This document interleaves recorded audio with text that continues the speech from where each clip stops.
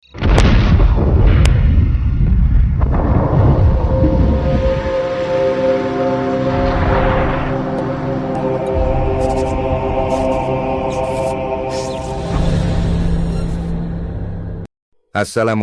warahmatullahi wabarakatuh. Semoga teman-teman semua selalu dalam kondisi sehat, amin. Sebelum lanjut, jangan lupa untuk like, subscribe, dan tentunya nyalakan notifikasinya agar tidak ketinggalan cerita-cerita lainnya dari kami. Hanya 1 minggu sejak Nilam resmi menjadi istri Baron, namun rasanya seperti sudah 1 tahun lamanya. Setelah akad sederhana yang lebih dipaksakan daripada dirayakan, Nilam dibawa ke rumah mertuanya, rumah sempit di gang kecil pinggir pasar, tepat di belakang lapak-lapak gorengan dan warung remang. Sejak hari pertama, ia merasa asing, seolah langkah-langkahnya di dalam rumah itu diawasi, dan setiap suaranya tak diinginkan. Baron, suaminya, tak banyak bicara. Seperti sebelumnya, ia tetap saja duduk di teras dari pagi sampai malam, sesekali membantu ibunya, Bu Narti, menjajakan nasi goreng di depan rumah. Usaha kecil itu satu-satunya sumber nafkah mereka. Nilam menerima keadaannya. Meski dalam hati ia bertanya-tanya, benarkah ini jalan hidup yang dipilih Tuhan untuknya? Malam ini, udara terasa lebih lembab dari biasanya. Jam dinding berdetak pelan, mengisi keheningan rumah yang sempit itu. Setelah seminggu tidak bisa sholat karena haid, Nilam akhirnya kembali menunaikan ibadahnya. Ia baru selesai menutup doa sholat Isya, duduk diam dalam khusyuk di atas sajadah tipis yang ia gelar di pojok kamar. Namun ketenangan itu tak bertahan lama. Suara pintu kamar mendadak dibuka keras. Bu Narti berdiri di ambang pintu dengan wajah murka. "Kamu sholat?" bentaknya mata memelotot tajam. Nilam terkejut. Ia segera melipat sajadahnya, berdiri gugup. "Iya Bu, baru selesai Isya." Bu Narti melangkah masuk dengan suara sandal gesekannya yang kasar, seperti menebas keheningan. "Sudah saya bilang, jangan sholat di rumah ini." Nada suaranya menggelegar, tak ada jeda untuk tanya jawab. "Tapi Bu, ini kewajiban saya." "Kewajiban, ha? Jangan bawa-bawa kewajibanmu ke dalam rumah ini," potong Bu Narti kasar. "Kalau mau sholat sana, pergi ke masjid. Jangan kotori rumah saya dengan bacaanmu." Nilam tercekat. Matanya berkaca-kaca, namun ia menahan diri agar tidak menangis. Ia tidak ingin tampak lemah. Ini rumah yang sekarang ia tinggali, rumah suaminya, dan ia harus bertahan.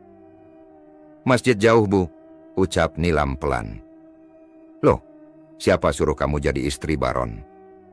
Bu Narti menyipitkan mata, penuh sinis. "Kamu pikir gampang hidup di sini? Jangan sok alim kalau belum tahu aturannya." Nilam terdiam. Nafasnya memburu, tapi tak ada kata yang bisa ia lontarkan. Ia tidak ingin memperkeruh keadaan. Tak lama Baron masuk ke kamar setelah mendengar keributan. Rambutnya acak-acakan, masih pakai kaos oblong lusuh yang sama dari pagi. Ia menatap ibunya, lalu istrinya, seolah menimbang siapa yang harus ia bela. "Ada apa lagi ini Bu?" "Ini istrimu, sholat di kamar.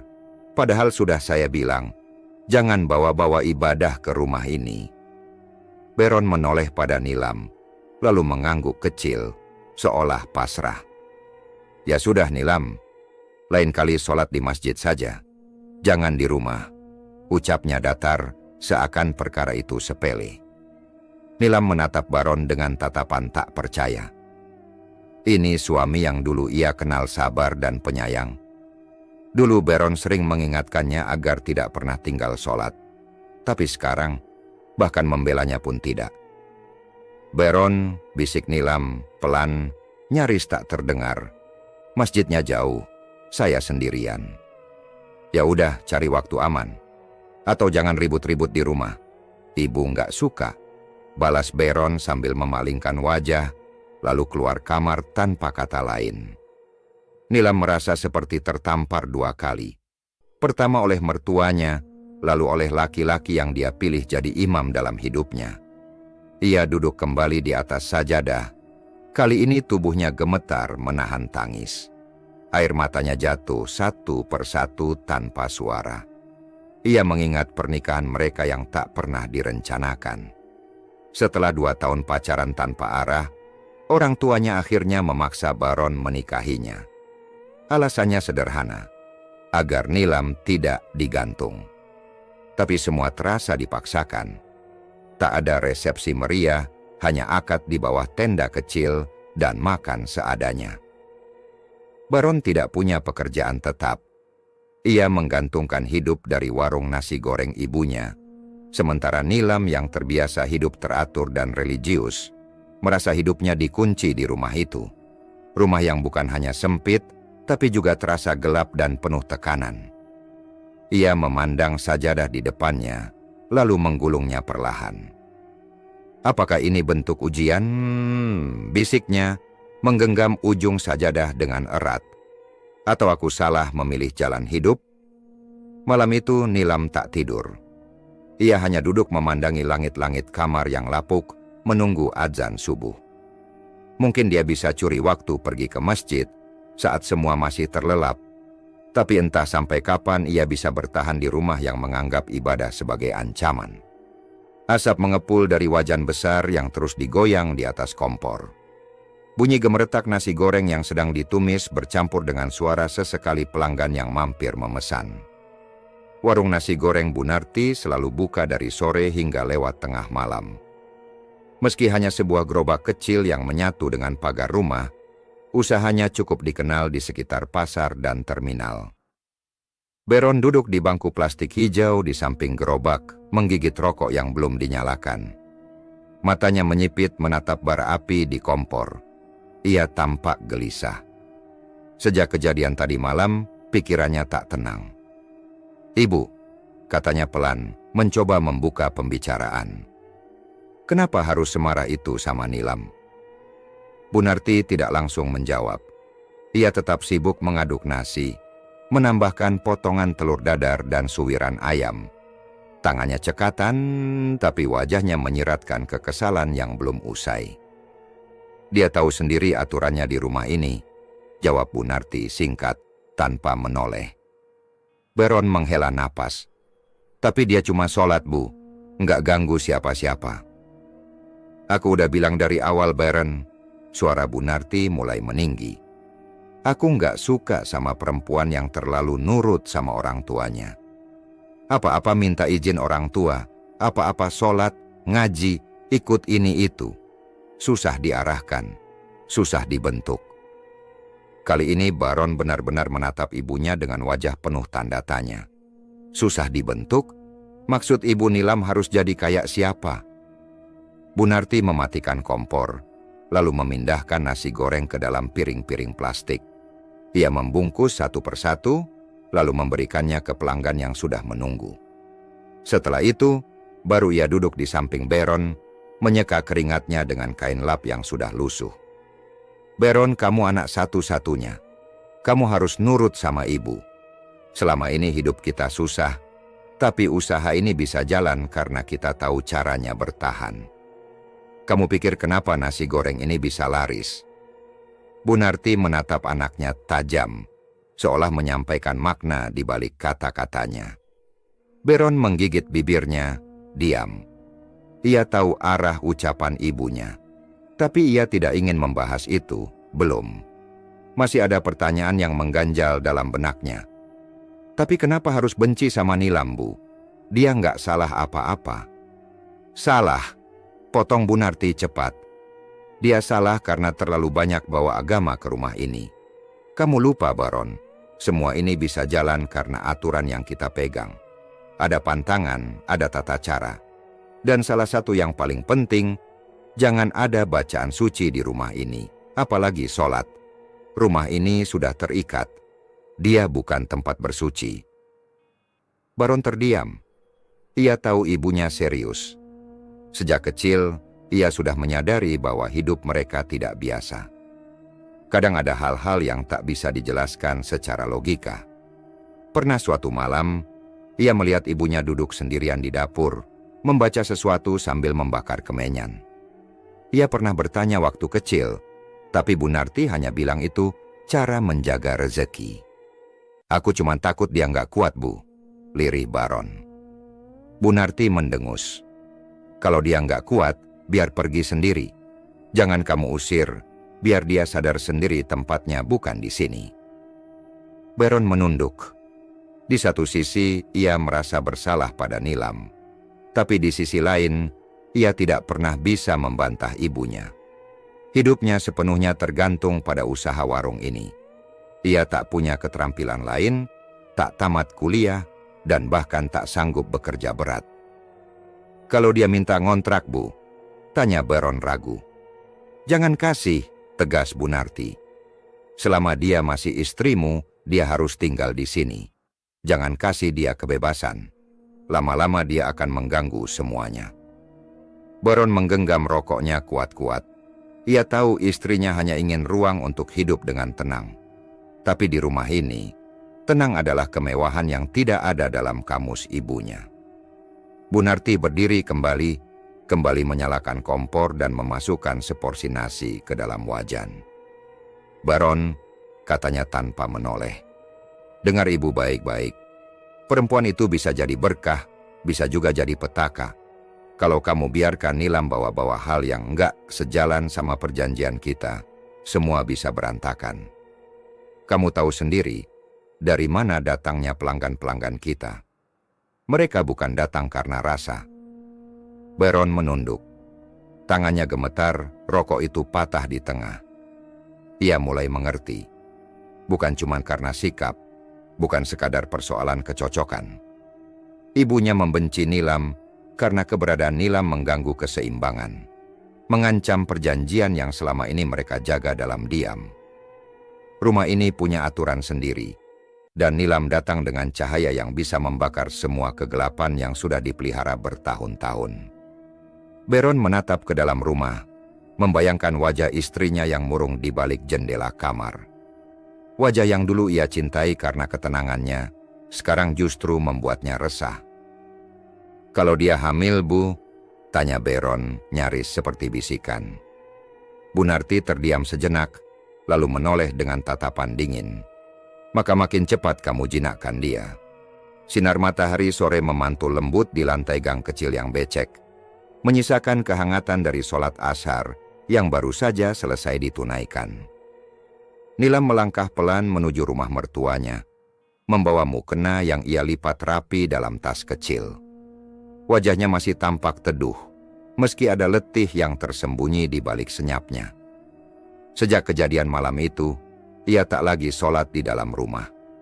Ia memilih mengalah mengikuti anjuran suaminya dan perintah keras dari ibu mertuanya. 5 waktu sehari, ia berjalan kaki ke masjid kecil yang jaraknya hampir setengah kilometer dari rumah. Bukan perkara mudah, apalagi di kampung yang sempit dan kadang gelap di malam hari. Tapi Nilam memilih diam. Ia pikir, mungkin dengan mengalah, keadaan akan lebih baik. Namun sore itu langkahnya terhenti tiba-tiba. Di depan rumah, tepat di atas tanah berlapis semen kasar, ada bekas api yang masih mengepul. Tumpukan abu hitam, serpihan kertas hangus, dan bau terbakar yang menyengat menusuk hidungnya. Nilam melangkah mendekat, jantungnya berdebar aneh. Matanya menyapu puing-puing yang masih tersisa. Dan di sanalah ia melihatnya, sampul Al-Quran miliknya, terbakar setengah, dengan huruf-huruf Arab yang masih terbaca di pinggiran yang belum hangus. Di sekelilingnya, ada beberapa buku catatan doa, jurnal harian, dan mushaf kecil yang biasa ia baca seusai sholat. Semuanya hangus, tangannya menutup mulut, pandangannya kabur oleh air mata yang mendadak tumpah. Ia berlutut perlahan, menyentuh abu dengan gemetar, seolah ingin memastikan ini hanya mimpi buruk. Tapi panasnya masih terasa, dan kenyataan itu menyayat. "Kenapa?" bisiknya lirih, hampir tak terdengar. "Kenapa harus dibakar?" Suara pintu kayu berderit menyadarkan Nilam. Ia menoleh. Bu Narti berdiri di ambang pintu dengan tatapan tak bersalah sama sekali. Wajahnya datar, dan suara yang keluar darinya bahkan terdengar seperti angin sepoi yang penuh racun. "Kamu cari apa?" tanya Bu Narti datar. "Itu, Al-Quran saya, Bu. Kenapa dibakar?" Suara Nilam bergetar. Bu Narti menyilangkan tangan di dada, berdiri santai seperti tak terjadi apa-apa. "Ya dibakarlah, ganggu. Bikin suasana rumah jadi berat. Lagian itu buku-buku nggak perlu. Kamu nggak usah bawa-bawa bacaan dari rumahmu ke sini." "Tapi Bu, itu kitab suci saya," ucap Nilam hampir berbisik. "Saya baca itu buat tenangin hati saya." "Hati tenang nggak cukup buat hidup di rumah ini," potong Bu Narti, nadanya tiba-tiba meninggi. "Kalau kamu pengen hati tenang, sana balik aja ke rumah orang tuamu. Jangan bawa hawa aneh ke sini." Nilam menggigit bibirnya, menahan isak. Ia tahu, melawan hanya akan memperkeruh keadaan. Ia hanya bisa memeluk tas kecilnya erat-erat, lalu berdiri pelan dan masuk ke kamar dengan langkah gemetar. Di dalam kamar, ia duduk bersandar di dinding, membiarkan air matanya tumpah tanpa suara. Kehancuran bukan hanya pada mushaf-mushaf yang dibakar, tapi juga pada hatinya yang mulai retak, satu demi satu, oleh perlakuan yang tak pernah ia bayangkan akan datang dari keluarga suaminya. Malamnya, ketika Baron pulang dari membantu warung, Nilam memberanikan diri untuk bicara. Mereka duduk di kasur tipis yang digelar di atas lantai ubin yang dingin. "Mas," panggil Nilam pelan. "Kenapa ibu tega bakar Al-Quran saya?" Baron terdiam. Ia tak langsung menjawab, hanya menatap lantai. Wajahnya tampak lelah, seperti lelaki yang tak ingin ikut campur dalam perang yang tak bisa ia menangkan. "Mas lihat sendiri kan, saya udah nurut. Saya sholat di masjid. Saya nggak pernah marah. Tapi ini kitab suci, Mas." Suara Nilam patah di ujung kalimat. Baron menghela napas panjang. "Sudahlah Nilam, kamu sabar aja dulu. Ibu memang keras, tapi dia bukan orang jahat. Cuma kamu belum bisa cocok sama cara hidup di sini." Nilam menggeleng. "Saya bukan masalah dengan cara hidup, Mas. Tapi ini soal iman saya. Saya nggak bisa hidup di rumah yang bahkan Al-Quran pun dianggap najis." Baron memalingkan wajah. "Kamu mau saya lawan ibu? Terus besok kita makan apa? Warung itu satu-satunya yang kita punya."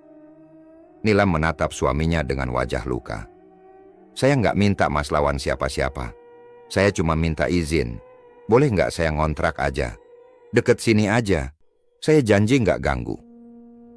Baron menoleh cepat. "Nggak bisa. Kamu istri, kamu ikut suami. Dan suami ikut ibunya. Ibu cuma punya aku satu-satunya. Kalau kamu keluar dari rumah ini, apa kata orang? Dibilang saya suami nggak bisa atur istri. Tapi saya udah nggak kuat, Mas. Kalau kamu nggak kuat, ya kamu pikir sendiri. Jangan bikin saya serba salah." Ucapan itu seperti pukulan terakhir yang membenamkan dada Nilam ke dasar. Ia menarik napas dalam-dalam, menelan tangisnya kembali. Di rumah ini rupanya suara perempuan harus diam. Dan jika bicara pun, akan dibungkam oleh keegoisan yang dibungkus bakti. Malam itu Nilam tidak tidur. Ia duduk di pojok kamar, memandangi bekas abu yang ia ambil sedikit tadi sore, diletakkan dalam plastik kecil, disimpan diam-diam. Bukan untuk dendam, tapi sebagai pengingat bahwa hidupnya sedang diuji oleh api yang sebenarnya lebih panas dari bara. Hari-hari berlalu dengan sepi yang makin merapat di hati Nilam. Sudah hampir 3 minggu ia tinggal di rumah mertuanya, namun perasaannya masih seperti tamu yang tak diinginkan. Setiap sudut rumah itu mengandung batas, termasuk dapur. Dapur yang terletak di belakang rumah itu bukan sekadar ruang untuk memasak. Bagi Bu Narti, itu wilayah kekuasaan. Di sanalah ia memasak nasi goreng setiap sore. Di sanalah ia menyusun botol-botol saus, minyak wijen, bawang goreng, dan kecap manis dalam susunan yang tak boleh disentuh sembarangan. Dan di sanalah, diam-diam, banyak hal ganjil bersemayam. Nilam seringkali hanya membantu mencuci piring atau mengupas bawang, tanpa pernah benar-benar diberi kesempatan mengolah sesuatu. Bahkan jika ia hanya ingin merebus air, ia harus menunggu Bunarti tak ada di dapur. Hari itu menjelang zuhur, udara cukup gerah. Nilam yang sejak pagi hanya duduk di kamar merasa ingin menghibur dirinya. Ia teringat masakan ibunya di rumah, semur ayam manis dengan aroma cengkeh dan pala yang lembut. Ia pun bangkit, memberanikan diri menyampaikan niat. "Ibu," ucap Nilam hati-hati dari balik pintu dapur. Bunarti sedang merajang bawang merah. Bunarti menoleh tanpa senyum. "Apa? Saya boleh masak siang ini? Pengen bikin semur ayam. Kalau ibu nggak keberatan, saya masak buat ibu juga." Bunarti mendengus pelan, lalu kembali mengiris bawang. "Semur ayam, mau kamu apain ayamnya?" "Cuma ditumis, terus disemur. Pakai kecap sama rempah." Tiba-tiba tangan Bunarti berhenti. Ia menoleh pelan, menatap Nilam dengan mata tajam. "Kecap?" ulangnya. Nilam mengangguk ragu. "Iya bu, sedikit aja." Bunarti tak langsung menjawab. Ia berdiri meletakkan pisau, lalu membuka lemari dapur. Dari dalamnya, ia mengeluarkan 4 botol kecap berbagai merek dan ukuran. Ia meletakkannya di atas meja satu persatu, lalu mengambil kardus kosong dari kolong meja. Tanpa sepatah kata pun, ia memasukkan semua botol kecap ke dalam kardus tersebut, satu demi satu. Dengan gerakan lambat tapi penuh maksud, Nilam mematung di tempatnya. "Saya nggak suka kecap saya dipakai sembarangan," ujar Bunarti akhirnya. "Kalau kamu mau masak, silakan. Tapi jangan pakai bumbu yang di sini. Beli sendiri." Nilam tercekat. "Tapi bu, saya cuma mau bikin semur. Pakai sedikit aja." "Kalau saya bilang jangan, ya jangan," sahut Bunarti dengan nada meninggi. "Saya udah bilang dari awal, dapur ini dapur saya. Kamu numpang. Jangan seenaknya." Nilam menunduk. "Maaf bu." Bunarti mengangkat kardus berisi kecap itu dan menyimpannya di kamar kecil di samping dapur, lalu mengunci pintunya. Ia tak menoleh sedikit pun pada Nilam yang masih berdiri kaku. Sore itu Nilam akhirnya berjalan kaki ke warung kecil di ujung gang, membeli sebotol kecap manis dan beberapa bahan tambahan yang ia butuhkan. Di dalam hati ia merasa seperti anak kecil yang harus membayar untuk bermain di halaman rumah sendiri. Ia masak dengan hati getir. Semur ayam sederhana itu ia masak di sudut dapur, sambil sesekali menoleh ke belakang, berjaga-jaga agar tidak melakukan kesalahan lagi. Saat makan malam tiba, ia menyajikan 1 piring semur ayam di atas meja. Baron datang dengan langkah malas, duduk, mencicipi tanpa komentar. "Ini masakan kamu?" tanyanya datar. "Iya mas," jawab Nilam pelan. Baron mengunyah tanpa ekspresi. "Lumayan, tapi jangan sering-sering ya. Ibu nggak suka kamu utak-atik dapur." Nilam hanya mengangguk. Ia tak berharap pujian. Hanya sedikit pengakuan bahwa dirinya juga punya tempat di rumah ini. Bunarti tidak makan masakannya. Ia mengambil sepiring nasi goreng sisa dagangan sore tadi, lalu duduk terpisah di ruang depan.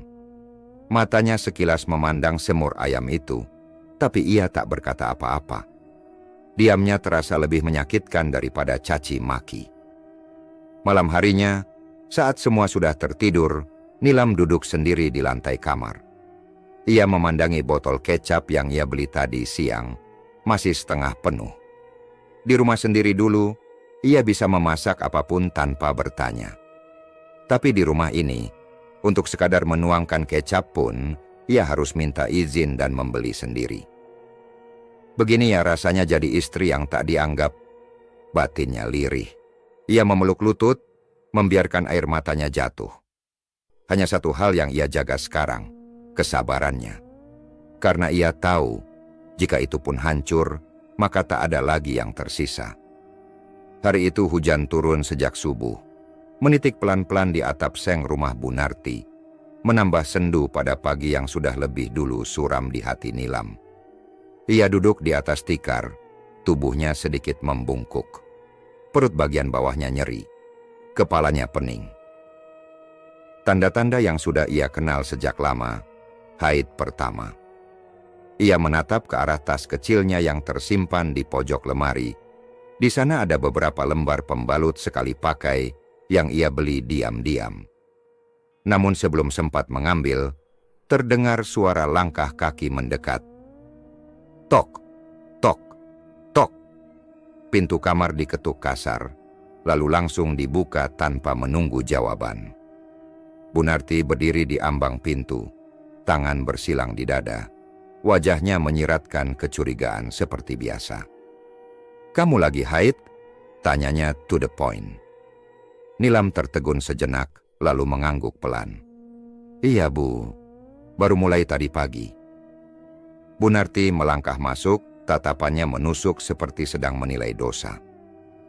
"Kamu pakai apa?" Nilam mengerutkan kening. "Maksudnya, Bu? Pakai pembalut?" Suara Bu Narti mulai meninggi. "Iya, saya pakai yang biasa, Bu. Sekali buang. Yang bersih." Belum sempat Nilam menjelaskan lebih lanjut, Bu Narti langsung melangkah cepat ke arah tas Nilam dan mengaduk-aduk isinya. Ia menemukan bungkus plastik pembalut, mengangkatnya tinggi-tinggi seolah sedang menunjukkan barang bukti kejahatan. "Ini, kamu tahu nggak? Saya udah bilang dari awal. Di rumah ini nggak boleh pakai yang beginian." Nilam berdiri dengan gugup. "Tapi Bu, saya nggak nyaman kalau harus pakai kain atau handuk. Ini lebih bersih, lebih praktis." "Bersih? Kamu pikir bersih itu cukup?" bentak Bu Narti. "Kamu mau rumah ini jadi kotor, jadi sepi, jadi sial. Darah haid itu punya aturan. Harus dijaga cara buangnya. Harus dibuang tanpa dicuci. Jangan dicampur air, jangan dicampur sabun. Makanya kamu pakai handuk terus langsung buang. Itu yang benar." Nilam terpaku. Ia tidak mengerti logika yang dipakai Bu Narti. Tapi ia sadar, ini bukan soal logika. Ini soal aturan ganjil yang tak bisa dibantah di rumah itu. "Maaf Bu, tapi saya risih. Saya sudah biasa pakai yang bersih dan sekali buang. Lagi pula saya bersihkan dengan air. Saya bungkus rapi, saya..." Tangan Bu Narti mengepal. Suaranya menegang, dingin. "Kamu bandel ya?" Nilam menggeleng cepat. "Bukan begitu, Bu. Saya cuman..." "Kalau kamu masih ngotot, saya bilang sekarang juga ke Baron. Saya suruh dia ceraikan kamu." Ancaman itu jatuh seperti palu godam ke dada Nilam. Nafasnya tercekat. Ia menatap ibu mertuanya dengan mata memerah, penuh luka, penuh pertanyaan. "Kenapa, Bu?" Suaranya nyaris berbisik. "Kenapa saya harus diperlakukan seperti ini?" Bu Narti tak menjawab. Ia hanya menatap Nilam dengan sorot dingin yang tak lagi menyisakan ruang untuk diskusi. Kemudian ia berbalik dan keluar dari kamar, membanting pintu keras-keras. Siang itu Nilam duduk di kamar mandi dalam sunyi. Di tangannya ada selembar handuk tipis yang telah ia siapkan karena terpaksa. Ia memegangnya dengan perasaan jijik dan tidak nyaman. Sepanjang hidupnya, ia diajari ibunya soal kebersihan, soal menjaga diri. Tapi sekarang semua berubah. Ia tahu menolak berarti melawan, dan melawan berarti kehilangan segalanya. Dengan berat hati ia mulai mengganti pembalutnya. Ia memakai handuk itu, lalu meletakkan yang sudah kotor dalam kantong plastik seperti yang diperintahkan. Tak ada air, tak ada sabun. Hanya buang lalu sembunyikan. Namun ada sesuatu yang mengusik batinnya. Tadi pagi, saat Bu Narti membuka lemari penyimpanan, Nilam sempat melihat sekelibat botol-botol kaca di rak atas.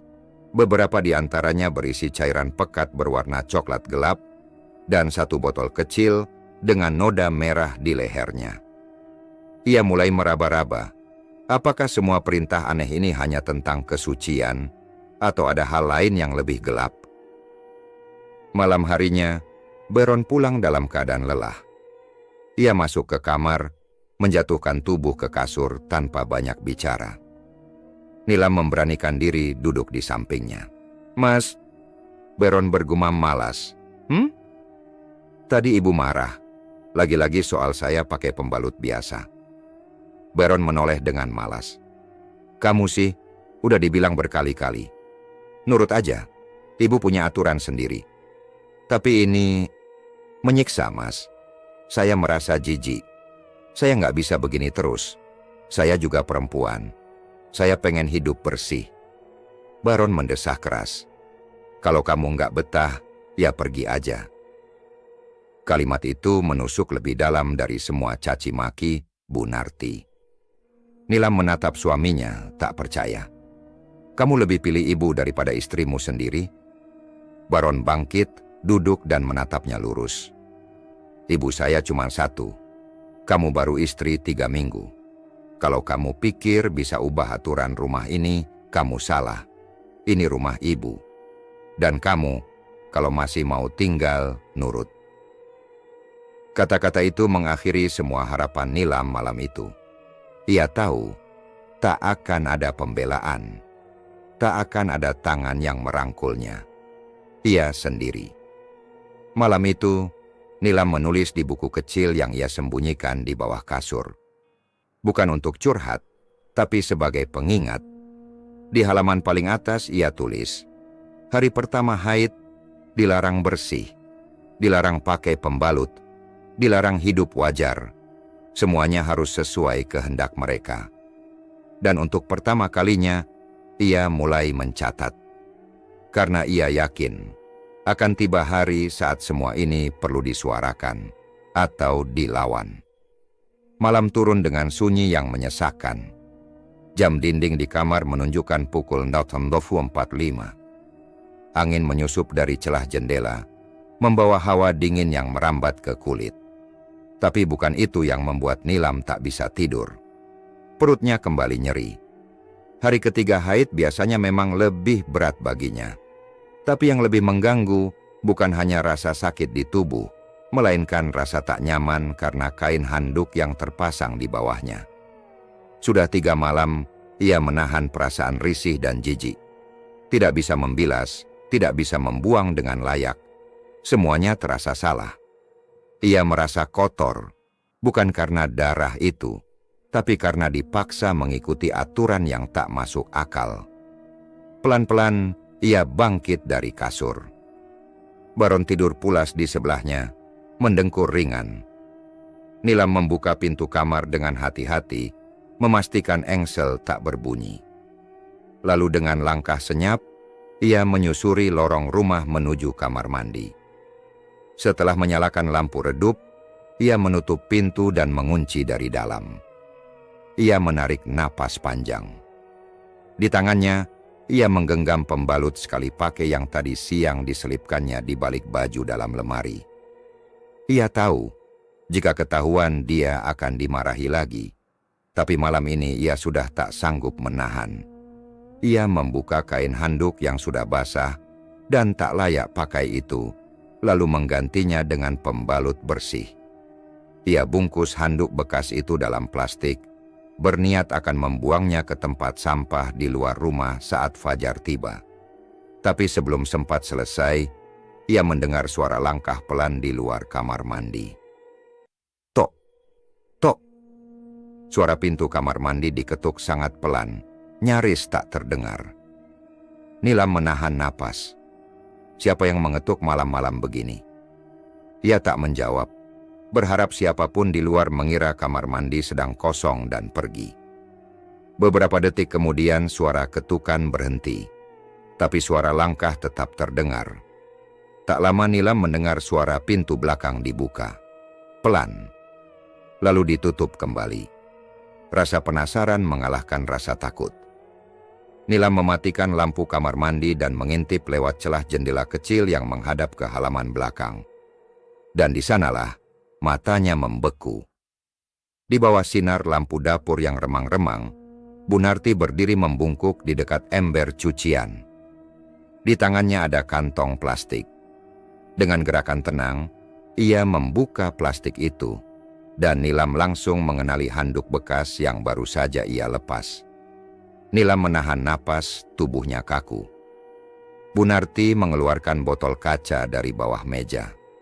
Botol itu bening, cukup besar, seperti botol bekas sirup. Isinya sudah setengah, cairan pekat berwarna merah kehitaman. Dengan hati-hati, Bu Narti memeras bagian tengah handuk, darah mengucur perlahan menetes masuk ke botol itu. Tangannya terampil, seperti sudah terbiasa. Nilam menutup mulut dengan tangan. Jantungnya berdetak kencang, seolah tubuhnya ingin kabur tapi akalnya menahannya diam. Matanya membelalak saat Bu Narti mengambil potongan kecil daun sirih dan bunga kering dari dalam mangkuk, lalu memasukkannya ke dalam botol yang sama. Setelah itu ia menutup botolnya rapat-rapat dan menggoyangnya pelan.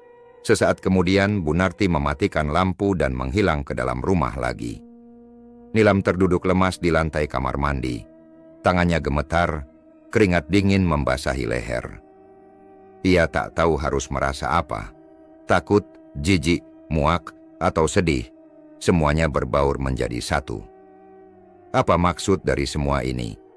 Kenapa darah haidnya disimpan? Untuk apa dicampur bunga dan sirih?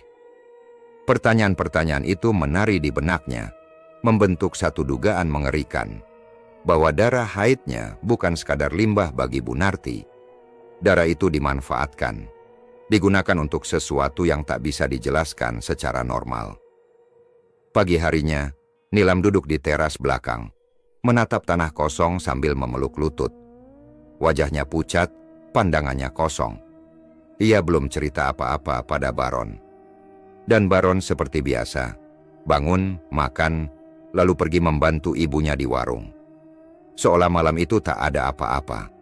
Nilam merasa seperti hidup di tengah kebohongan besar. Ia ingin lari, tapi tak tahu kemana. Ia ingin cerita, tapi tak tahu siapa yang mau percaya. Tiba-tiba, suara Bu Narti terdengar dari dapur. "Nilam, kesini, bantu potong bawang." Dengan langkah berat, Nilam masuk ke dapur. Di sana Bu Narti sudah berdiri, mempersiapkan bahan-bahan dagangan nasi goreng seperti biasa.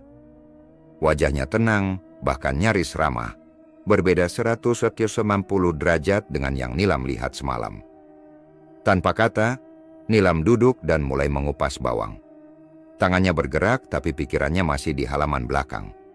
Ia curi-curi pandang ke lemari atas, mencari botol itu. Tapi tidak ada. Bu Narti tiba-tiba bicara tanpa menatap Nilam. "Kalau kamu nurut, semua akan baik-baik saja." Nilam menoleh pelan. "Apa maksud ibu?" Bu Narti menoleh, menatap Nilam dalam-dalam. Matanya redup, tapi ada kilat tajam di baliknya. Kadang perempuan itu terlalu banyak ingin tahu. Padahal cukup jalani aja. Hidup ini udah ada yang atur. Kamu nggak perlu ngerti semuanya. Nilam terdiam. Matanya mulai panas. Ia menggenggam pisau lebih erat, berusaha menahan gemuruh amarah dalam dadanya. Untuk pertama kalinya sejak menikah, ia sadar. Rumah ini menyimpan sesuatu yang jauh lebih gelap dari sekadar kebencian mertua pada menantu. Dan dirinya adalah bagian dari sesuatu yang tak ia pahami. Sejak malam itu, saat Nilam menyaksikan sendiri bagaimana darah haidnya dimasukkan ke dalam botol oleh ibu mertuanya, pikirannya tak pernah lagi tenang. Setiap kali ia melihat Bu Narti menuangkan kecap ke dalam wajan untuk membuat nasi goreng, tubuhnya menggigil. Ia mulai menyadari, rasa manis dan gurih dari kecap buatan rumah itu menyimpan rahasia kelam dan najis. Warung nasi goreng di depan rumah Bu Narti memang selalu ramai. Para pelanggan datang dari berbagai sudut kampung, bahkan ada yang sengaja memesan lewat telepon hanya agar tak kehabisan. Salah satu pelanggan paling setia adalah Pak Darto, seorang pensiunan guru yang tinggal di ujung gang. Pria tua itu hampir tiap malam duduk di bangku depan warung, menyantap sepiring nasi goreng pedas dengan kerupuk dan teh panas. Pak Darto dikenal ramah, banyak bicara, dan sangat menyukai masakan Bu Narti. Nasi goreng paling enak sekecamatan, katanya suatu malam pada Nilam sambil tertawa kecil. Tapi Nilam hanya membalas dengan senyum kikuk. Sejak tahu apa yang terjadi di balik dapur, ia tak pernah bisa benar-benar menatap para pelanggan dengan hati ringan. Lalu pagi itu datang. Kabar kematian Pak Darto menyebar cepat. Warga kampung geger. Menurut cerita yang beredar, Pak Darto ditemukan tak bernyawa di kamarnya oleh keponakannya. Mulutnya berbuih, tubuhnya kaku dalam posisi duduk. Tidak ada tanda-tanda kekerasan. Hanya kata-kata samar dari para tetangga. Mendadak, padahal malamnya masih sehat. Nilam lemas ketika mendengarnya. Ia teringat jelas. Malam sebelumnya, Pak Darto sempat memesan 2 bungkus nasi goreng. Dan ia melihat sendiri, Bu Narti menuangkan kecap dari botol yang disimpan di lemari besi, botol yang bentuknya tak asing bagi Nilam. Botol yang dulu dipakai untuk menyimpan darah haidnya. Ia terduduk di lantai kamar, tangannya gemetar. Dadanya sesak oleh rasa bersalah yang tak bisa ia tumpahkan pada siapapun. Ia ingin menjerit, ingin melapor, ingin berlari dari rumah itu. Tapi ketakutan menahannya. Siang itu, ketika rumah sudah sepi dan Beron pergi, Nilam diam-diam mengambil mukena dan berjalan ke masjid. Ia sudah lama tidak sholat di sana, sejak Baron melarang. Tapi hari itu ia nekat. Ia butuh tempat aman, butuh ketenangan. Dan lebih dari itu, ia butuh Allah. Di sudut masjid perempuan, ia sujud lebih lama dari biasanya. Air mata menetes deras, membasahi sajadah. Mulutnya bergerak pelan, membaca istighfar berulang-ulang. Setelah sholat, ia masih duduk di pojok, memeluk lutut dan menatap kosong ke arah mimbar. Matanya bengkak, hidungnya merah, dan tubuhnya gemetar kecil. Seseorang duduk di sampingnya. Suara lembut menyapanya. "Nilam?" Ia menoleh. Seorang wanita berjilbab hijau lumut tersenyum padanya. Ustadzah Naisyah. Wanita itu sering mengisi pengajian ibu-ibu di masjid ini, dan beberapa kali sempat berbincang dengan Nilam sebelum ia dilarang keluar rumah. "Astagfirullah, kamu kenapa, nak? Kok kelihatan lelah dan sedih begitu?" Nilam hanya bisa menunduk. Suaranya tercekat, tapi hatinya terasa lega melihat seseorang yang mungkin bisa diajak bicara. "Ada sesuatu, Ustadzah," bisiknya. Ustadzah Naisyah menatap lembut. "Kalau kamu percaya, coba ceritakan. Insya Allah saya dengarkan." Dengan suara pelan dan terbata, Nilam mulai menceritakan apa yang ia alami. Tentang larangan memakai pembalut, tentang botol berisi darah, tentang kecap yang ia curigai sudah dicampur dengan benda najis, dan tentang Pak Darto yang tiba-tiba meninggal setelah makan nasi goreng dari warung mertuanya. Ustadzah mendengarkan dengan tenang, tapi sorot matanya berubah serius. Ia tidak langsung memotong, hanya sesekali mengangguk, memastikan Nilam merasa didengarkan. Setelah Nilam selesai, Ustadzah menarik napas panjang. "Ya Allah, ini bukan hal yang bisa dianggap remeh, Nilam. Kamu menghadapi sesuatu yang besar. Apa yang harus saya lakukan, Ustadzah?" Suara Nilam gemetar. "Saya takut. Saya pengen keluar dari rumah itu, tapi saya nggak punya siapa-siapa di sini." "Suamimu tahu semua ini?" Nilam mengangguk pelan. Tapi dia bilang, "Saya harus diam. Kalau saya ngadu, katanya saya bisa dibunuh." Wajah Ustadzah mengeras, tapi ia tetap berusaha tenang. "Kalau begitu, kita harus bertindak hati-hati.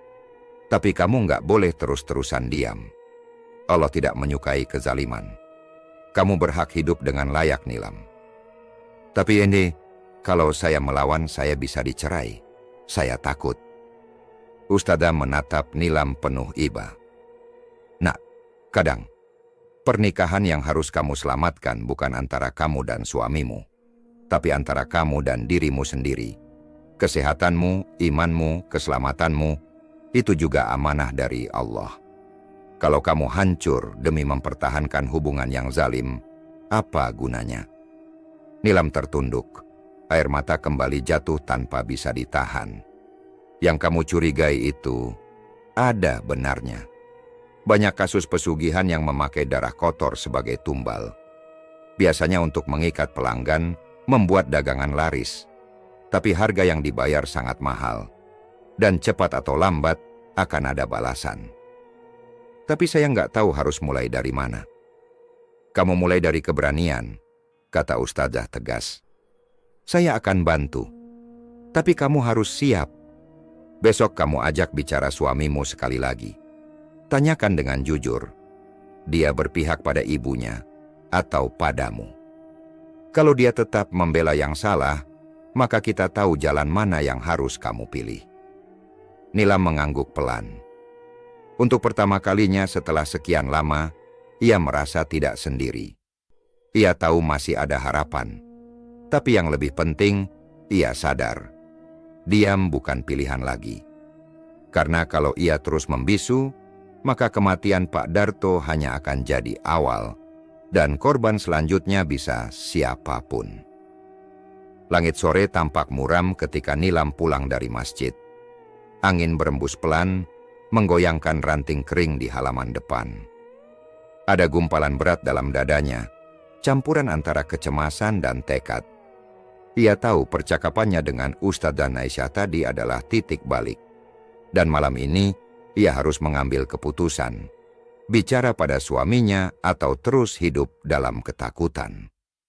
Sesampainya di rumah, suasana sepi. Warung nasi goreng sudah tutup lebih awal dari biasanya. Baron duduk di ruang depan, memandangi layar ponsel, sementara Bu Narti menghilang entah kemana. Nilam berdiri di ambang pintu, ragu, tapi akhirnya memberanikan diri melangkah masuk. "Mas," panggilnya pelan. Baron melirik sekilas. "Dari mana?" "Masjid," jawab Nilam singkat. Baron mendengus, lalu kembali ke ponselnya. Tapi Nilam tak mundur. Ia duduk di lantai, tak jauh darinya. "Aku mau bicara," katanya, lebih tegas kali ini. Baron mendongak, tatapannya tajam. "Tentang apa?" "Mas tahu, soal kecap itu, soal darah haid, soal ibu dan pesugihan." Baron terdiam sejenak, wajahnya mengeras. Ponselnya diletakkan di meja kecil di sebelahnya. Ia bersandar, lalu menatap Nilam penuh kecurigaan. "Siapa yang ngomong ke kamu?" "Aku lihat sendiri," jawab Nilam. "Dan aku dengar dari orang masjid. Aku cerita sedikit ke Ustazah." Baron bangkit berdiri. Napasnya mulai berat. "Kamu cerita ke orang luar?" "Aku takut, Mas. Ini udah kelewatan. Aku cuma..." Belum sempat Nilam menyelesaikan kalimatnya, Baron membanting gelas plastik yang ada di meja hingga pecah. Suaranya menggema di ruang tamu sempit itu. "Kamu gila? Kamu mau bikin malu keluarga?" Nilam terkejut. Tubuhnya mundur sedikit. Tapi ia tetap duduk di tempat. "Aku cuma mau jujur. Aku nggak tahan hidup kayak begini, Mas." Baron mendekat, suaranya rendah dan dingin. "Dengar ya, apapun yang kamu lihat, kamu diam. Mulut kamu tutup rapat. Kalau kamu masih cerita ke siapapun lagi, aku yang habisin kamu." Ancaman itu membuat darah Nilam membeku. Mata Baron tak lagi seperti suaminya yang dulu ia kenal. Matanya kosong, tapi penuh kemarahan. Ada sesuatu yang jauh lebih gelap dalam diri laki-laki itu. "Mas, ini salah. Makanan itu najis. Itu membunuh orang," bisik Nilam setengah gemetar. Baron tak menjawab. Ia menatap Nilam lama, lalu mundur 2 langkah. "Mulai malam ini, kamu nggak usah keluar rumah lagi. Nggak ke masjid, nggak ke warung, nggak kemana-mana. Kalau ibu bilang kamu bantu di dapur, kamu bantu. Tapi selain itu, diam di kamar. Mas, aku manusia, aku istrimu, dan aku suamimu, dan kamu harus nurut. Baron pun keluar dari ruang tamu dan mengunci pintu depan dari luar. Nilam terpaku. Malam itu rumah berubah menjadi penjara, dan Baron menjadi penjaganya. Keesokan paginya, pintu kamarnya tidak dikunci tapi langkah-langkahnya diawasi. Bunarti hanya menyuruhnya menyapu halaman tanpa bicara. Bahkan sarapan pun tak disiapkan untuknya. Nilam makan dengan sisa nasi di panci. Ia duduk di lantai dapur, sendiri. Ia merasa seperti bayangan di rumah itu, ada tapi tak dianggap. Namun dalam hatinya, sesuatu mulai tumbuh.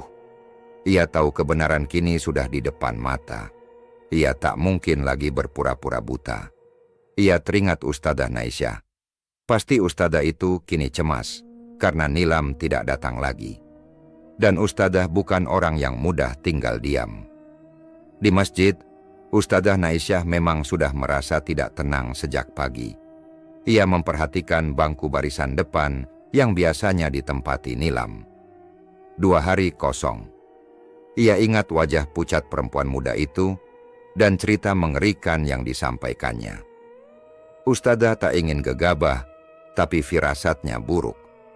Ia pun kembali menceritakan semua kepada ayahnya, Pak Nur Hadi, seorang tokoh agama yang sudah sepuh, namun masih tajam pengamatannya. Pak, saya takut sesuatu terjadi. Anak itu seperti dikurung, kata Ustadzah lirih. Pak Nur Hadi mengangguk perlahan. Kalau sudah sampai ancaman nyawa, ini bukan lagi urusan rumah tangga, ini urusan masyarakat dan agama. Apa yang harus kita lakukan? Kita siapkan orang-orang yang bisa dipercaya. Kita lapor RT, tapi diam-diam. Jangan sampai Baron atau ibunya tahu kita bergerak. Ustadzah menunduk, hatinya bergetar. Ia tahu, langkah berikutnya bisa membuat masalah besar. Tapi jika mereka tidak bertindak, mungkin Nilam tak akan pernah keluar dari rumah itu. Di dalam rumah, Nilam duduk memeluk lutut di pojok kamar. Ia memandangi sajadah kosong, tak berani membentangkannya lagi. Ia ingin sholat, tapi rasa takut menahannya. Baron melarangnya bahkan untuk berwudu tanpa izin. Namun dalam hatinya, ia mulai berdoa dalam diam. Ya Allah, kalau aku nggak kuat lagi, tolong bantu aku. Kalau aku nggak bisa keluar sendiri, kirimkan orang untuk selamatkan aku. Dan doa itu akan segera dikabulkan. Langit pagi masih kelabu ketika Ustadzah Naisyah memutuskan untuk datang ke rumah Nilam. Sudah 2 hari wanita muda itu tak terlihat di masjid. Tak ada kabar, tak ada pesan. Ustadzah tahu ini bukan hal biasa. Sejak perbincangan terakhir mereka, nalurinya sebagai perempuan dan pendakwah semakin tajam menangkap sesuatu yang tidak beres. Ia melangkah cepat di sepanjang gang sempit, menggenggam tas kecil berisi kitab doa dan minyak kayu putih, seolah menguatkan diri bila terjadi sesuatu.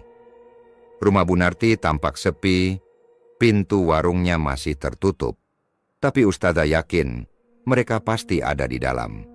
Ia mengetuk pagar besi perlahan. Tok tok tok, beberapa saat tak ada jawaban. Ia ketuk lagi, kali ini lebih tegas. Tak lama kemudian, Baron muncul dari balik pintu. Wajahnya kaget, tapi segera berubah menjadi datar. Ia membuka pagar separuh, menyisakan celah kecil. Matanya menatap tajam, mulutnya tidak tersenyum.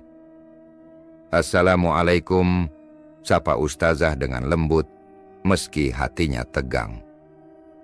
Waalaikumsalam, jawab Baron singkat. Ada apa Bu Ustazah? Saya mau ketemu Nilam. Sudah 2 hari dia nggak ke masjid. Saya khawatir. Baron menghela napas, matanya melirik ke dalam. Nilam lagi sakit. Dia disuruh istirahat. Sakit apa, Mas? Perempuan. Lagi nggak enak badan. Lagi nggak bisa diganggu. Ustazah tersenyum kecil. berusaha menjaga nada suaranya tetap tenang. "Kalau begitu, boleh saya masuk sebentar? Biar saya bacain doa, mungkin bisa bantu. Saya cuman sebentar." Baron menggeleng cepat. "Maaf, Ustazah. Nilam belum bisa terima tamu. Ibu juga lagi nggak enak badan. Lagi banyak istirahat." Wajah Ustazah menegang. Hatinya berteriak bahwa Baron sedang berbohong. Tapi ia tahu harus bersabar. Ia tak bisa memaksa masuk tanpa alasan dan bukti kuat. Maka ia mengangguk pelan. "Kalau begitu saya titip salam buat Nilam. Dan bilang ya saya rindu. Dan mendoakan dia semoga cepat sehat." Baron tidak menjawab, hanya menutup pintu pagar dan segera kembali masuk ke rumah. Tanpa pamit, Ustazah berdiri beberapa saat di depan pagar. Dadanya sesak. Tatapan mata Baron barusan bukan mata seorang suami yang sedang menjaga istri yang sakit, melainkan penjaga yang sedang menyembunyikan sesuatu. Ada yang tak beres. Ia segera melangkah cepat pulang dan langsung menuju ruang tengah rumahnya, tempat ayahnya, Pak Nur Hadi, biasanya duduk membaca kitab-kitab kuning tua yang usianya lebih lama dari rumah itu sendiri. "Pak," panggilnya lirih. Pak Nur Hadi menoleh, lalu menutup kitabnya. "Kamu dari rumah anak itu?" Ustazah mengangguk. "Saya datang baik-baik, tapi Baron gak izinkan saya masuk. Alasannya Nilam sakit." Pak Nur Hadi mengangguk pelan. "Itu sudah cukup jadi tanda, Nak." "Ayah, saya takut. Saya merasa Nilam benar-benar dikurung.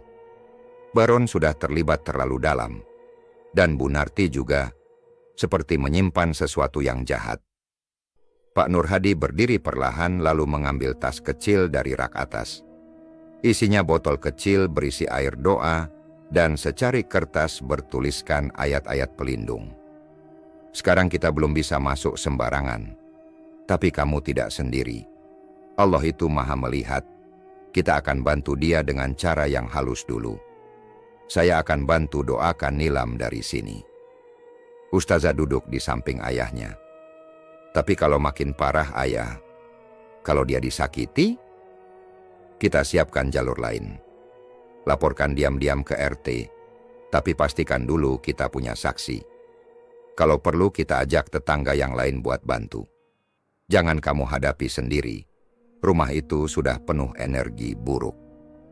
Pak Nur Hadi mengambil wudhu lalu menggelar sajadah. Ia memulai dengan 2 rakaat sholat hajat, lalu duduk berzikir dengan tenang. Di sampingnya, Ustazah juga menundukkan kepala membaca doa dengan hati gemetar. Sementara itu, di dalam rumah Nilam duduk diam di balik pintu kamar yang terkunci dari luar. Ia mendengar jelas suara langkah Ustazah tadi di luar pagar. Hatinya melonjak, ingin berteriak, tapi mulutnya terkunci oleh rasa takut. Baron telah memperingatkannya semalam. "Kalau kamu bicara satu patah kata aja ke orang luar, kamu selesai, Nilam." Dan ia tahu Baron bukan hanya menggertak, air matanya menetes. Ia duduk memeluk lutut di sudut kamar, dindingnya dingin, lantainya keras, tapi justru di sanalah ia merasa paling aman. Ia menutup matanya, berbisik dalam hati, "Ya Allah, jangan biarkan aku sendiri." Tiba-tiba aroma aneh merambat masuk dari bawah pintu, seperti bau bunga busuk dan asap dupa. Kepalanya pening. Ia menutup hidung, lalu beringsut ke arah jendela kecil yang menghadap halaman belakang. Dari celah itu, ia melihat samar sosok Bu Narti di dapur, duduk bersila, menyalakan lilin-lilin hitam, menggumamkan sesuatu yang tak dimengerti. Nilam menahan napas. Malam belum jatuh, tapi kegelapan sudah menyelimuti rumah itu. Di rumah Pak RT malam itu, Pak Nur Hadi dan Ustazah datang dengan membawa niat bulat. "Saya tahu ini bukan perkara kecil," kata Pak RT setelah mendengar penuturan mereka. "Tapi saya nggak bisa bergerak tanpa bukti." "Kita akan cari jalan," jawab Pak Nur Hadi. "Tapi saya mohon, kalau nanti waktunya tiba, mohon bantu kami masuk ke rumah itu." Pak RT menatap mata Pak Nur Hadi lalu mengangguk. Baik, saya akan bantu. Demi keselamatan Nilam. Dan malam itu, doa-doa tak berhenti naik ke langit. Dari hati yang peduli, dari orang-orang yang tak bisa tinggal diam. Karena mereka tahu, satu jiwa terpenjara dalam rumah penuh kegelapan. Dan waktu penyelamatan itu, tinggal menunggu saatnya. Pagi itu suasana kampung yang biasanya tenang terasa berbeda.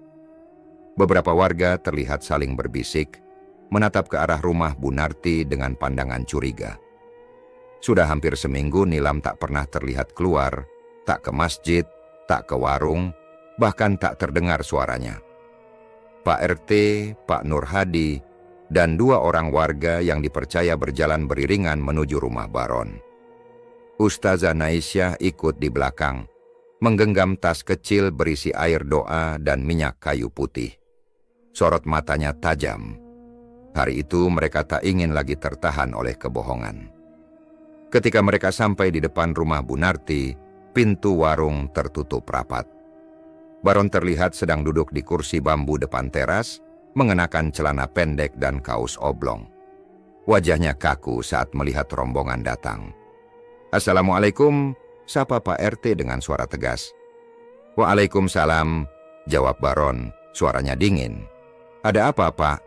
Kami mau ketemu Nilam, ujar Pak RT. Sudah beberapa hari dia nggak kelihatan. Ibu-ibu masjid juga cemas. Baron berdiri, memasang wajah kaku. Nilam nggak di rumah, dia pulang ke rumah orang tuanya. Pak Nur Hadi menatap mata Baron, dalam dan tak tergoyahkan. Kapan dia pulang? 2 hari yang lalu. Naik apa? Tanya Pak RT. Baron tampak ragu sejenak, tapi segera menjawab. Naik ojek, saya pesenin lewat HP. Pak RT mengangguk perlahan, lalu berkata, boleh kami lihat kamarnya sebentar? Kami hanya ingin memastikan. Soalnya saya tadi sempat menghubungi keluarganya, dan mereka bilang Nilam belum pernah pulang. Wajah Baron berubah tegang. Pak RT, ini rumah saya. Kenapa harus diperiksa segala? Pak RT melangkah maju. Karena ini sudah menyangkut keselamatan seseorang, Baron. Dan kamu bukan anak kecil lagi. Jangan main-main dengan kebohongan. Baron menelan ludah. Di belakangnya, Bu Narti muncul dari dalam rumah, matanya menyipit melihat kedatangan rombongan. Ia mengenakan daster hitam dengan rambut yang setengah basah seperti habis mandi. Ada apa ini? Mau ngapain masuk-masuk rumah orang? Pak Nur Hadi menjawab dengan tenang. Kami hanya ingin memastikan Nilam baik-baik saja. Kalau benar dia nggak ada, kami pergi. Tapi kalau ada hal yang disembunyikan, ini bisa jadi perkara hukum. Baron dan Bu Narti saling pandang. Ketegangan di antara mereka nyata. Akhirnya dengan enggan, Baron membuka pintu rumah lebih lebar. Silakan, katanya singkat. Mereka masuk. Ruang tamu kecil itu pengap, bau minyak goreng dan asap dupa tercampur menjadi satu. Pak RT memimpin mereka memeriksa ruangan satu persatu. Ruang dapur, kamar tamu, kamar belakang, semuanya tampak kosong. Lalu tibalah mereka di depan kamar utama. Baron berdiri di ambang pintu, tubuhnya seperti tembok. Nggak ada siapa-siapa di dalam. Pak RT menatap kunci di tangan Baron. Kuncinya mana? Baron tak menjawab. Tapi sebelum sempat ia menolak lebih lanjut, salah satu warga, Pak Maman, berkata, Pak RT, saya dengar suara, kayak orang nahan napas. Semua terdiam. Mereka mendekatkan telinga ke pintu. Benar. Ada bunyi halus, seperti desahan tertahan. Pak RT mengangguk pada Pak Nur Hadi. Buka pintunya, kata Pak RT tegas. Baron mencoba bertahan. Pak, ini kamar pribadi, jangan... Kunci, Baron, potong Pak RT tajam. Dengan wajah kesal dan tangan gemetar, Baron menyerahkan kunci. Pak RT membukanya perlahan. Dan begitu pintu terbuka, semua terhenyak. Di dalam kamar yang gelap, Nilam duduk bersandar di pojok, Kakinya dirantai ke kaki ranjang dengan borgol besi. Tangannya diikat kain. Mulutnya ditutup lakban yang sudah setengah terkelupas. Tubuhnya kurus dan wajahnya pucat. Tapi matanya membelalak begitu melihat mereka datang. Ustazah menjerit pelan, lalu berlari ke arah Nilam. Pak Nur Hadi segera ikut, membuka ikatan dan membantu melepaskan rantai di kakinya. Innalillahi, astaghfirullah. Gumam Pak RT pelan. Baron melangkah mundur, wajahnya memerah. Bu Narti tampak gelisah, berdiri di sudut dapur sambil memeluk bahunya sendiri. Ini yang kalian sebut pulang ke rumah orang tuanya? Teriak Pak RT marah. Nilam menangis keras begitu lakban di mulutnya dilepas. Suaranya parau, tubuhnya gemetar. Baron, dia ngancam saya, Pak. Saya dikurung. Saya disiksa. Ustazah memeluk Nilam, membisikkan kalimat syahadat di telinganya. Sudah nak, kamu selamat sekarang. Sudah cukup. Pak Nur Hadi berdiri, menatap Baron. Ini bukan hanya soal keluarga, ini sudah kriminal. Kamu bisa dipenjara atas penculikan dan penyiksaan. Baron terdiam. Wajahnya dingin, tapi tangan di samping tubuhnya mengepal kuat. Bu Narti hanya mematung, matanya menatap kosong, seolah tidak benar-benar mengerti apa yang sedang terjadi. Pak RT segera memerintahkan warga untuk membawa Nilam keluar dan mengantarnya ke rumah orang tuanya. 2 orang warga lainnya tetap tinggal, menjaga rumah itu sementara laporan akan dibuat ke pihak kepolisian. Sebelum keluar, Pak Nur Hadi menatap Bu Narti. Ibu, apapun yang ibu lakukan selama ini, cepatlah bertobat. Pesugihan itu nggak akan selamanya kuat. Sekarang Allah sudah tunjukkan tandanya. Bu Narti hanya mendengus kecil, lalu berbalik masuk ke dapur tanpa sepatah kata pun. Dan pagi itu, untuk pertama kalinya, Nilam menghirup udara bebas setelah berhari-hari dikurung dalam kegelapan dan ketakutan. Ia tahu, perjuangannya belum selesai. Tapi satu hal pasti, hari itu, ia diselamatkan oleh kebenaran yang tak bisa terus dibungkam. Pagi itu, udara desa asal Nilam terasa lebih sejuk dari biasanya. Burung-burung bersahutan di pohon mangga tua dekat rumah orang tuanya. Di beranda, Nilam duduk berselimut sarung, menatap langit yang mulai biru. Sudah seminggu ia pulang ke rumah. Luka di kakinya perlahan sembuh, dan senyumnya mulai muncul walau samar. Pak RT dan Pak Nur Hadi yang mengantarnya kembali masih sesekali datang menjenguk. Mereka memastikan keamanan Nilam, karena kasusnya belum benar-benar tuntas. Tapi Nilam sudah jauh lebih tenang. Tak ada lagi jeritan tengah malam, tak ada lagi ancaman dari Baron atau ibunya. Suatu siang, Pak Nur Hadi datang membawa kabar. Wajahnya datar, tapi suaranya mengandung peringatan. Nilam, saya sudah datangi Baron 2 hari lalu. Saya ajak bicara baik-baik. Saya bilang, tinggalkan jalan sesat itu, kembalilah ke jalan Allah. Tapi dia menolak. Nilam menunduk, hatinya mencelos. Dia bilang, pesugihan itu yang menyelamatkan hidup mereka. Dia bilang, semua orang yang beli nasi goreng mereka nggak pernah komplain. Jadi buat apa berhenti?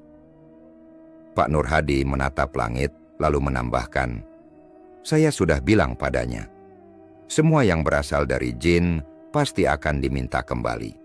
Entah dalam bentuk nyawa, akal, atau kehancuran. Sementara itu, di kampung tempat Bu Narti dan Baron tinggal, warung nasi goreng mereka masih buka seperti biasa. Tapi ada yang berbeda. Pelanggan mulai sepi. Beberapa warga yang dulunya langganan, entah kenapa tak lagi datang. Ada yang pindah rumah, ada yang sakit, ada juga yang mulai merasa risih dengan aroma aneh dari warung itu. Bu Narti duduk di dapur, matanya kosong menatap panci besar yang sedang mendidih. Tangannya bergerak memotong bawang, tapi potongannya tidak rata. Kadang terlalu besar, kadang terlalu kecil, Kadang malah dia potong ujung jarinya sendiri, lalu tertawa pelan melihat darahnya menetes ke talenan. Baron datang membawa sebungkus nasi dari warung sebelah. "Bu, ini makan siang. Aku beli aja. Kita nggak sempat masak." Bu Narti menoleh, matanya merah seperti orang habis menangis. "Kecap kita habis. Darahnya juga habis." Baron menghela napas. Ia tahu, ibunya sedang bicara soal darah haid. Sudah 3 bulan lebih Ibu Narti tidak lagi datang bulan. Menopause. Sejak itu, kecap istimewa yang biasa mereka simpan dalam botol kaca kecil itu tak lagi tersedia. Ia mencoba memakai darah ayam atau bahkan membeli darah sapi dari pasar, tapi tidak berefek apa-apa. Usaha mereka mulai menurun. Aroma masakan berubah. Pelanggan merasa mual. Ada yang mengaku muntah-muntah setelah makan. Baron mencoba mencari solusi. Ia mencari wanita lain yang bisa dijadikan penyumbang darah, tapi semua gagal. Bahkan, ia pernah menyimpan pembalut bekas milik tetangga kos, tapi rasanya malah membuat nasi goreng mereka terasa busuk. "Bu, sudahlah.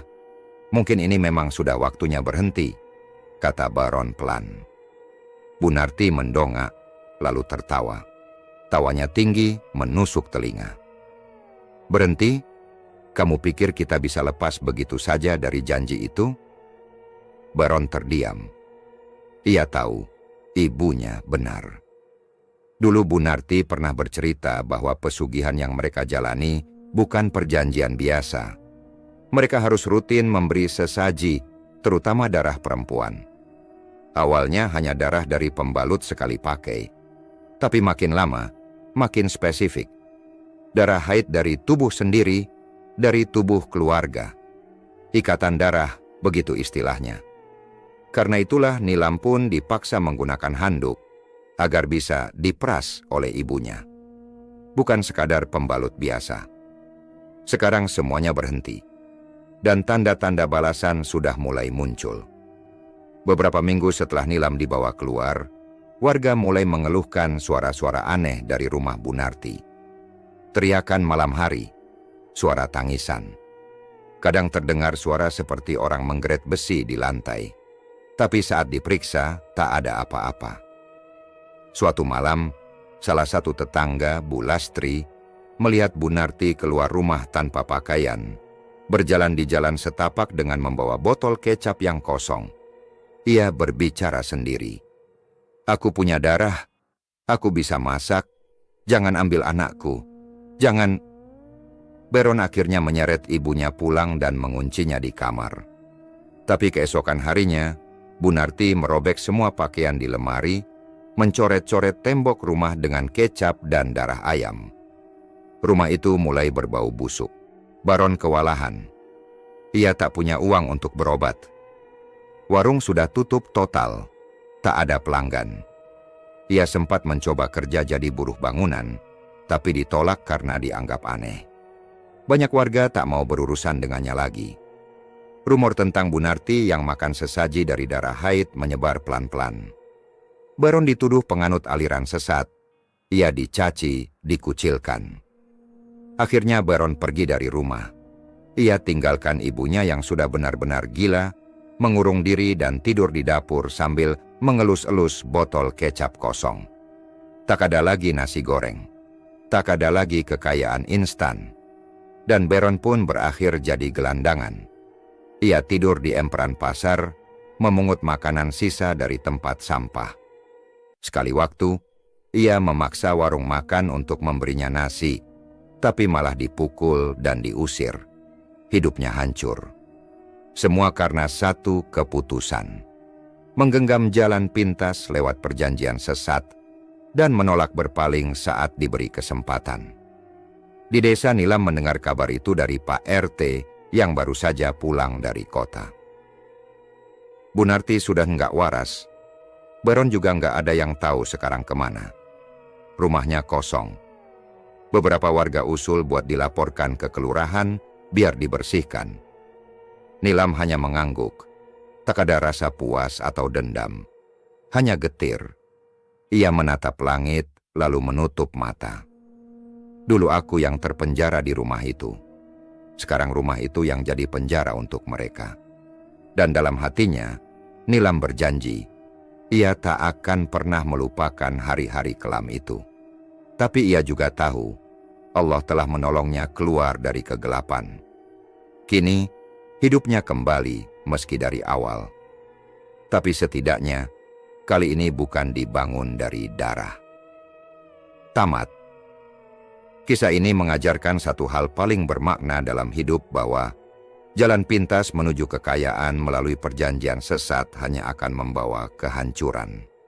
Sebaliknya, keteguhan dalam keimanan dan kesabaran akan menjadi penyelamat, bahkan dalam kegelapan yang paling dalam.